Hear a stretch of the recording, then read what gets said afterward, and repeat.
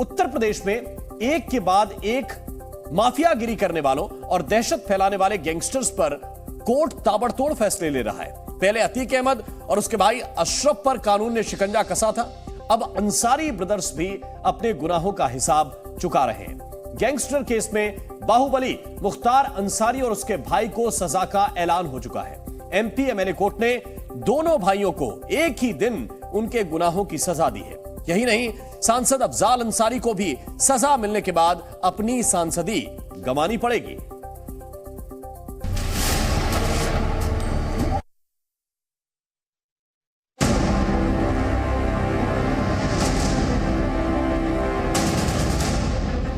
इस माफिया को मिट्टी में मिला देंगे, सरकार में चाहिए। जैसे जैसे कानून अपना काम कर रहा है, वैसे वैसे गुनहगारों पर शिकंजा कसता जा रहा है। गैंगस्टर केस में बाहुबली अंसारी ब्रदर्स यानी मुख्तार अंसारी और अफजाल अंसारी को कोर्ट ने सजा का ऐलान कर दिया है। मुख्तार को कितने साल की सजा बताया गया है? 10 साल की सजा।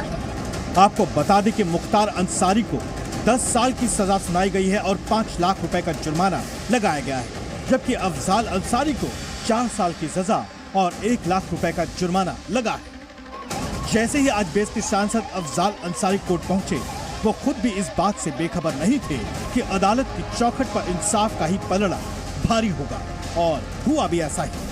अफजाल अंसारी को 2 साल से ज्यादा की सजा का ऐलान किया गया है। जाहिर है अब वो माननीय सांसद भी नहीं रह पाएंगे। कोर्ट के आए फैसले से सबसे ज्यादा खुशी उन लोगों को है जिन्होंने अंसारी ब्रदर्स का आतंक झेला है। हम बात कर रहे हैं कृष्णानंद राय के परिवार की। उस समय की सरकार में इनको इतना प्रेशर मिल गया कि इन लोगों ने गवाहों की हत्या कराना, उनको घर से जबरन उठवाना, हम लोगों को गवाही न देने के लिए बार बार दबाव बनाना, तो ऐसे इन लोगों के इरादे हुए करते थे। क्योंकि राजनीतिक रूप से भी हम लोग भारतीय जनता पार्टी से जुड़े हुए हैं। हमारी माताजी 2 बार विधायक रह गई, तो उनके पे दबाव बनता था कि आपकी राजनीति को खत्म कर दिया जाएगा, या मेरी माताजी को दबाव बनता था कि आपके बेटे की हत्या कर दी जाएगी। आने वाला समय में कैसा क्या होगा वो तो मैं ही नहीं बता सकती हूँ, बाकी आने वाला समय में ये बता सकती हूँ कि गुंडा माफियाओं का राज खत्म हो गया है, खत्म हो जाएगा कि तो जेल में रहेंगे नहीं तो ऊपर चले जाएंगे। उत्तर प्रदेश की योगी सरकार की मंशा साफ है। यूपी में माफियाओं और गुंडों के लिए कोई जगह नहीं है। अतीक हो या मुख्तार, ये यूपी में चलाते थे समानांतर सरकार, लेकिन योगी आदित्यनाथ सरकार आने के बाद इन माफियाओं को मिट्टी में मिलाने का क्रम लगातार जारी है। और आज मुख्तार अंसारी को जिस तरह से सजा हुई है, लोगों का कानून में भरोसा बढ़ा है। गैंगस्टर के ये मामले करंडा थाना और मोहम्मदाबाद थाने से बनाए गए आपराधिक मुकदमों के गैंगस्टर चार्ट से जुड़ा है। मुख्तार अंसारी वीडियो कॉन्फ्रेंसिंग के जरिए कोर्ट की सुनवाई में जुड़ा, जबकि अफजाल कोर्ट में पेश हुआ। गैंगस्टर केस में मुख्तार अंसारी पर 2 गैंग चार्ज और उनके भाई अफजाल अंसारी पर 1 गैंग चार्ज लगा हुआ है।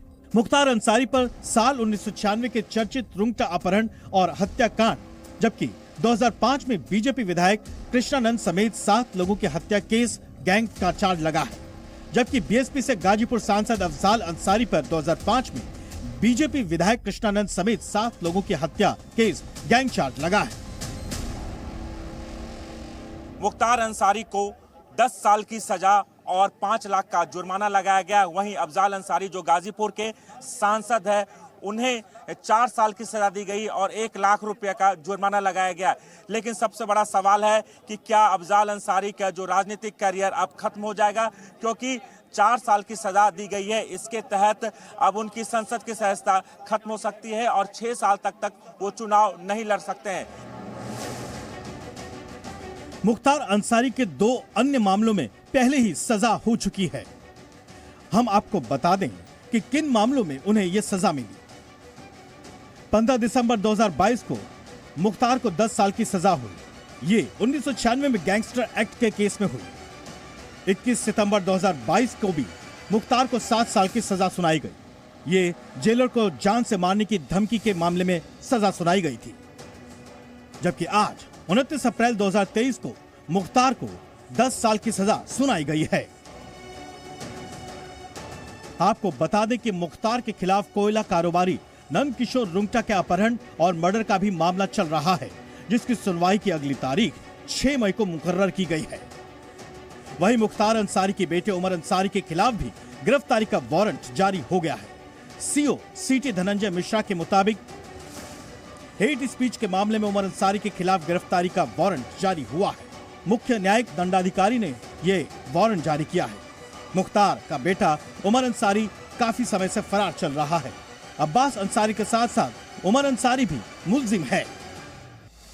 आपको बता दें कि ये मामला शहर कोतवाली में दर्ज हुआ था, जिसके बाद मऊ कोर्ट ने अंसारी के बेटे पर शिकंजा कसा।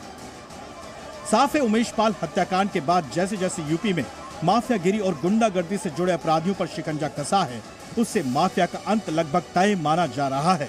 साफ है, अपराधियों में कानून के राज के चलते दहशत फैल रही है। राजू राज और विशाल रघुवंशी के साथ ब्यूरो रिपोर्ट, जी मीडिया।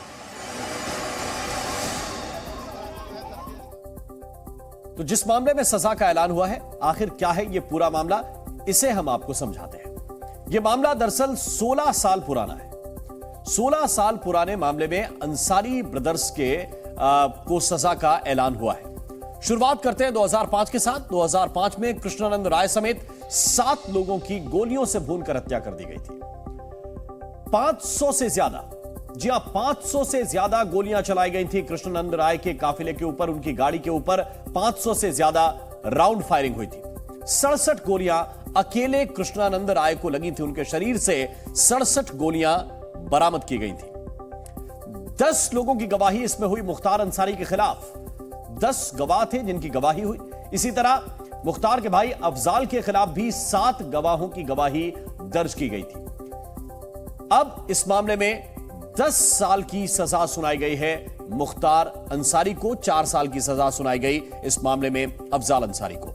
गैंगस्टर एक्ट में मुख्तार और अफजाल अंसारी को सजा सुनाई गई है। इसके साथ साथ अब हम आपको यह भी बताते हैं कि इस मामले में किस तरह से आगे कार्रवाई हो रही है।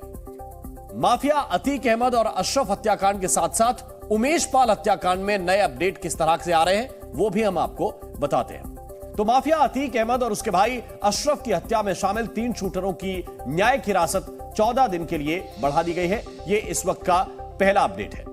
हत्या में शामिल लवलेश तिवारी, सनी और अरुण मौर्य, तीनों शूटरों को कोर्ट में आज पेश किया गया। वीडियो कॉन्फ्रेंसिंग के जरिए इनकी पेशी हुई। इस मामले में अगली सुनवाई 12 मई को होगी।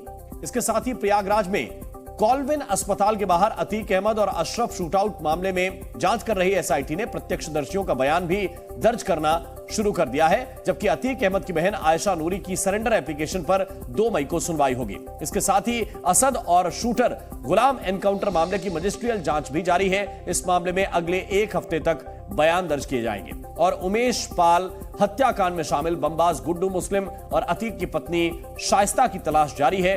दोनों फिलहाल पुलिस की गिरफ्त से बाहर बताए जा रहे हैं। और दिल्ली के जंतर मंतर पर पहलवानों का धरना जारी है। पहलवानों ने डब्ल्यूएफआई के अध्यक्ष बृजभूषण शरण सिंह की गिरफ्तारी की मांग की है। पहलवानों ने अपनी शिकायत सुप्रीम कोर्ट तक पहुंचाई। इसके बाद दिल्ली पुलिस ने डब्ल्यूएफआई अध्यक्ष के खिलाफ एफआईआर भी दर्ज कर दी है। वहीं पहलवानों के धरने को लेकर सियासत भी हावी हो चुकी है।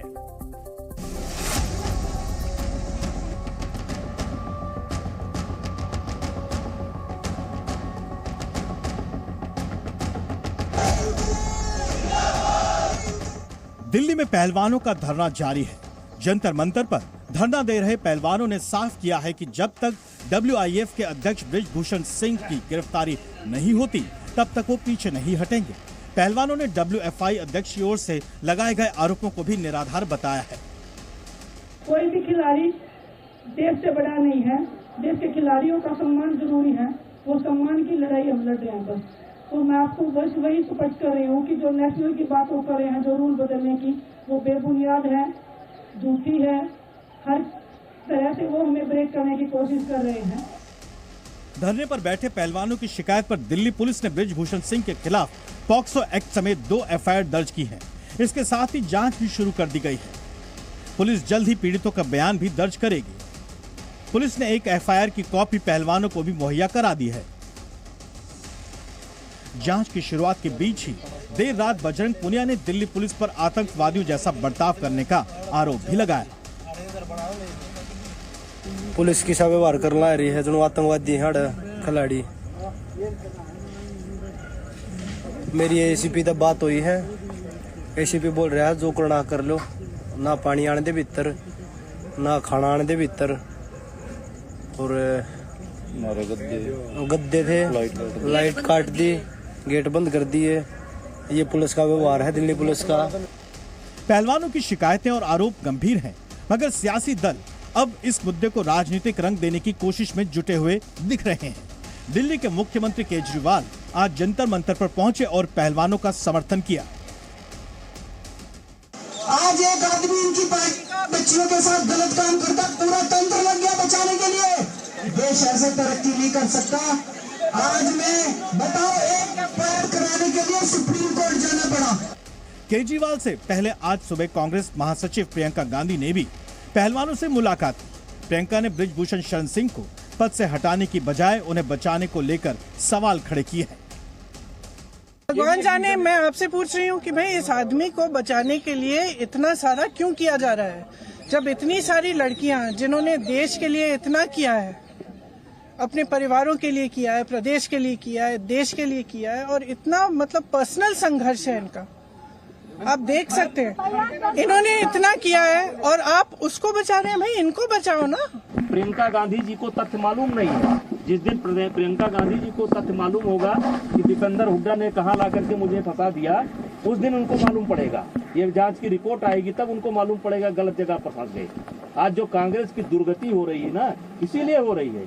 कभी वो सर्जिकल स्ट्राइक पर सवाल उठाएंगे, कभी एयर स्ट्राइक पर सवाल उठाएंगे, कभी कोरोना पर सवाल उठाएंगे। अब पूरा मामला पता नहीं किया, जंतर मंतर पहुंच गए।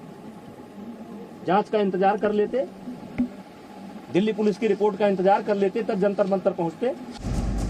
WFI के अध्यक्ष और पहलवानों की लड़ाई में सियासी जंग हावी हो रही है, मगर बृजभूषण खुद को निर्दोष बता रहे हैं और हर जांच के लिए सहयोग करने को तैयार हैं। पूरी तरह से निर्दोष हूं और इन आरोपों का सामना करने के लिए तैयार हूं। जांच एजेंसी जहां भी उचित समझेगी उसकी हर जांच में सहयोग करने के लिए मैं तैयार हूं। मुझे पहले भी भरोसा था, आज भी भरोसा है। सुप्रीम कोर्ट से ऊपर इस देश के अंदर कोई नहीं हो सकता है। जांच आगे बढ़ी है और सुप्रीम कोर्ट पर सबको भरोसा है, मगर सियासी संग्राम अलग रफ्तार से चल रहा है। पहलवानों के मंच पर बिहार की जन अधिकारी पार्टी के नेता पप्पू यादव भी पहुंचे थे। इस दौरान वो यूपी के मुख्यमंत्री की नकल उतारने लगे। सदन में ऐसा रो रहा था जोगी हम लोग के सामने, इतना बड़ा हमने ऐसे रो रहा था। पप्पू यादव ने संसद में योगी के रोने की नकल करके उनका मजाक तो उड़ा दिया, लेकिन वो 4 साल पहले अपने रोने की बात भूल गए। 2018 में पप्पू यादव ने एक यात्रा निकाली थी। भारत बंद के चलते मुजफ्फरपुर में बंद समर्थकों ने उनके काफिले को रोक दिया। इसके बाद पप्पू यादव ने कैमरे के सामने रो रो कर अपनी बात कही थी। जाति पूछ के ऐसे नहीं किया जाता, हम जात बात कभी नहीं किए आज तक। मेरा 1.5 महीने से सर यात्रा था। सियासत अपने तरीके से चल रही है, मगर धरने के बहाने अपनी राजनीति चमकाने की चाहत रखने वालों को पहलवानों ने साफ संदेश दे दिया है। हम सबका धन्यवाद करते हैं, क्योंकि ये लड़ाई एक कुश्ती को बचाने के लिए नहीं लड़ी जा रही है। भारत की बेटियों की लड़ाई लड़ी जा रही है, भारत की बेटी को बचाने की लड़ाई लड़ी जा रही है। और सबसे पहले मैं मीडिया को बताना चाहूंगा, कुछ लोग हमारे आंदोलन को एक बदलने का प्रयास कर रहे हैं, एक अलग दिशा में ले जाने का प्रयास कर रहे हैं। तो मैं आप सभी को बोलता हूँ कि हम इस चीज का खंडन करते हैं। हम सिर्फ यहाँ न्याय की लड़ाई लड़ने के लिए आए हैं। पहलवान अपने रुख पर कायम है और आंदोलन पर डटे हुए हैं, मगर पहलवानों की इस अखाड़े में सियासी दंगल की संभावनाएं तलाशने वालों की कमी नहीं है। बहरहाल पूरा मामला सुप्रीम कोर्ट में है और पुलिस एक्शन मोड में है। ब्यूरो रिपोर्ट, जी मीडिया। और अब कुछ संत भी बृजभूषण शरण सिंह के समर्थन में आ गए हैं। संतों ने तो धरना देने का ऐलान भी कर दिया है। संतों का कहना है कि वो बृजभूषण शरण सिंह के समर्थन में धरना देंगे और दिल्ली के जंतर मंतर पर ही धरना देने का ऐलान कर दिया। अयोध्या के कुछ संतों ने समर्थन किया है बृजभूषण शरण सिंह का।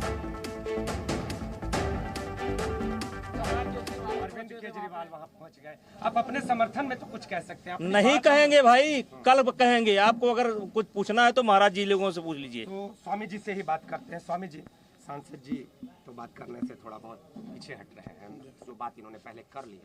और भारत सरकार ने जम्मू कश्मीर में G20 की बैठक कराने का फैसला किया है, जो कि श्रीनगर में होगी। आर्टिकल 370 हटने के बाद कश्मीर में यह पहली इंटरनेशनल समिट भी होगी जिस पर सभी की निगाहें टिकी हैं। G20 को लेकर श्रीनगर में किस तरह की तैयारियां चल रही हैं, जानने के लिए देखिए संवाददाता शिवांगी ठाकुर की यह ग्राउंड रिपोर्ट।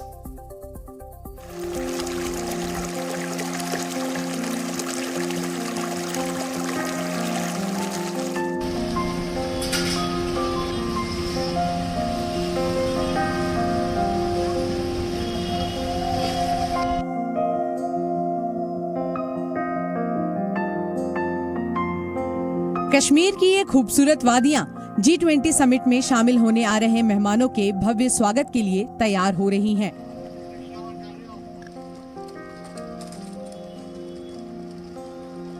भारत इस साल G20 की अध्यक्षता कर रहा है। देश भर के अलग अलग शहरों में दुनिया के 20 शक्तिशाली देशों की बैठकों का दौर जारी है। इस वक्त हमारी मौजूदगी डल लेक में है। एक तस्वीर हम आपको दिखाते हैं कि जब G20 की मेजबानी यहाँ पर होगी, कश्मीर घाटी में होगी, तो जो गेस्ट आएंगे उनको क्या कुछ देखने को मिलेगा। आपको बता दें कि जानकारी के मुताबिक उन्हें डल लेक घुमाया जाएगा, शिकारा राइड कराया जाएगा, इसके अलावा गुलमर्ग भी ले जाया जाएगा। आपको बता दें कि श्रीनगर में 22 से 24 मई तक टूरिज्म वर्किंग ग्रुप की बैठक होगी। ऐसा पहली बार होगा जब जम्मू कश्मीर में G20 की बैठक होगी। आर्टिकल 370 हटने के बाद यहाँ पहली इंटरनेशनल समिट भी होगी। सबसे पहले हमने श्रीनगर के ऐतिहासिक लाल चौक का जायजा लिया। यहाँ सड़कों के निर्माण कार्य से लेकर घंटा घर तक को रेनोवेट किया जा रहा है। स्मार्ट सिटी परियोजना के तहत यहाँ लगातार काम जारी था, लेकिन अब G20 की वजह से काम में और तेजी आई है। कश्मीर G20 की मेजबानी कर रहा है और इसी क्रम में लगातार हम देख रहे हैं कि किस तरह से श्रीनगर में तैयारियां जोरों पर है। इस वक्त हमारी मौजूदगी श्रीनगर के लाल चौक पर है और ठीक हमारे पीछे आप देख सकते हैं ये ऐतिहासिक घंटा घर है, जहां पर आप देखिए कि किस तरह से रेनोवेशन का काम किया जा रहा है। घंटा घर जो कि सालों पुराना ऐतिहासिक इलाका है और खासकर जो टूरिस्ट यहाँ आते हैं उनके आकर्षण का ये केंद्र है, उसको रेनोवेट किया जा रहा है। और ना सिर्फ घंटा घर बल्कि लाल चौक के इस पूरे इलाके को आप देखिए सड़कों को भी दुरुस्त किया जा रहा है और ये स्मार्ट सिटी परियोजना के तहत किया जा रहा है। श्रीनगर टूरिस्टों के हिसाब से भी एक बेहद आकर्षक जगह है। हमने कल से यहाँ पे डल लेक में बोट हाउस लिया था रेंट से और यहाँ पे बहुत अच्छा नज़ारा है। और शंकराचार्य मंदिर में भी गए थे हम। पहले हमारे महाराष्ट्र में या बाकी के स्टेट में ऐसा लगता था कि कश्मीर आना धोखादायक है, रिस्की है, लेकिन यहाँ आने के बाद ऐसा कुछ भी नहीं फीलिंग हुआ, अच्छा हुआ। मुझे ऐसा लगता है कि यहाँ पे ना जो मतलब एक बाहर के लोगों में एक डर है कि भाई कश्मीर हम जल्दी से नहीं जाए, क्योंकि यहाँ पे है ना मतलब सेफ नहीं है, तो उससे है ना जो यहाँ पे लोगों को है ना एक डर खुलेगा और सेफ्टी मिलेगी लोगों को। G20 ये जो इंटरनेशनल जो G20 मीट हो रही है यहाँ पे गुलमर्ग में, तो इससे बेहतर हम एज ए कश्मीर टूरिज़्म पूरे वर्ल्ड के सामने लेके जाएंगे। सबको पता चलेगा कि कश्मीर क्या है। इसके पहले के मसले अलग थे, अभी जो 2014 या 2019 के बाद जो यहाँ पे बहुत सा बदलाव आया है। ऐसे में प्रशासन भी अपने मेहमानों की आओ भगत करने के लिए बेहद उत्सुक है। आपको पता है ये MEA द्वारा डिसाइड किया जाता है और प्रोग्राम पूरा चॉक आउट किया जाता है और काफ़ी उसमें कॉन्फिडेंशियलिटी भी मेंटेन की जाती है।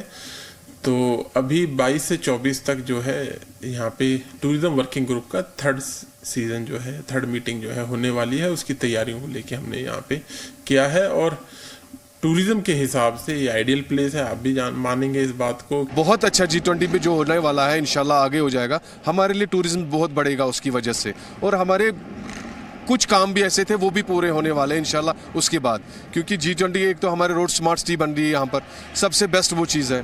टूरिज्म बढ़ेगा, टूरिज्म वहाँ जाएगा, बाई वॉक जाएगा, बाई कार जाएगा, बहुत अच्छा रहेगा ये चीज़ है। सबसे पहले देखिए टूरिज्म बढ़ जाएगा यहाँ पे, वो मेन है यहाँ पे।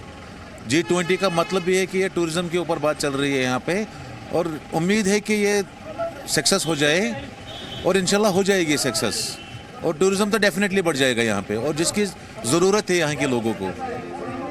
पर्यटन उद्योग से जुड़े लोग भी टूरिज्म को मिल रहे बढ़ावे से बेहद उत्साहित है।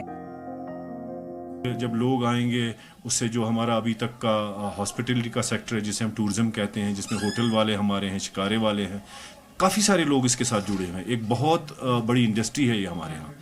तो उस इंडस्ट्री से जब ये पैसा आएगा तो ये सारा पैसा फिर बाकी जगहों पे चले जाएगा। तो मुझे लगता है कि हम होपफुल के G20 से काफ़ी कुछ फ़ायदा होने वाला है।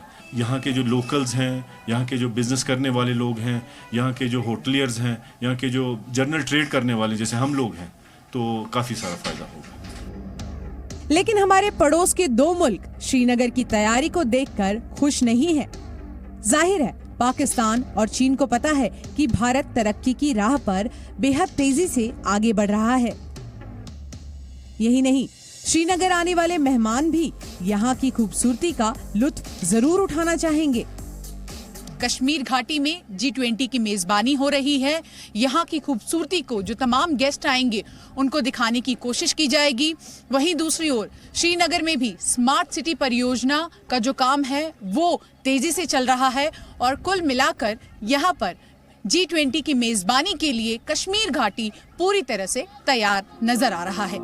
घाटी के कुछ नेता भी G20 की आगामी बैठक को लेकर लगातार सवाल उठा रहे हैं। दरअसल आर्टिकल 370 हटने के बाद से श्रीनगर में ये मई के महीने में G20 की एक ऐतिहासिक बैठक साबित होने जा रही है। श्रीनगर से शिवांगी ठाकुर के साथ ब्यूरो रिपोर्ट, जी मीडिया। और इस वक्त कर्नाटक में प्रधानमंत्री नरेंद्र मोदी बीजेपी उम्मीदवारों के लिए रोड शो कर रहे हैं। तस्वीर आपको इस वक्त दिखा रहे हैं। इस वक्त वो नॉर्थ बेंगलुरु में हैं। यहाँ से जीत ले तो और ये सीधी तस्वीरें इस वक्त हम आप तक पहुंचा रहे हैं। कर्नाटक में 224 सीटों के लिए 10 मई को वोटिंग होगी, 13 मई को नतीजे आएंगे। लेकिन उससे पहले प्रधानमंत्री नरेंद्र मोदी इस वक्त रोड शो कर रहे हैं बीजेपी उम्मीदवारों के समर्थन में, और नॉर्थ बेंगलुरु में इस वक्त प्रधानमंत्री का रोड शो चल रहा है। तस्वीरें जरा आप देखिए। प्रधानमंत्री इस खुले हुए ट्रक पर सवार है, सिर पर भगवा टोपी है, और बीजेपी के कार्यकर्ताओं का उत्साह देखते ही बन रहा है। ये तस्वीरें जो इस वक्त आपको दिखा रहे हैं, नॉर्थ बेंगलुरु की तस्वीरें आपके सामने। प्रधानमंत्री नरेंद्र मोदी मिशन कर्नाटक पर हैं, और कर्नाटक में एक बार फिर से बीजेपी की सरकार बनाने के लिए प्रधानमंत्री पसीना बहा रहे हैं, मेहनत कर रहे हैं। ये देखिए तस्वीरें इस वक्त आपके सामने हैं।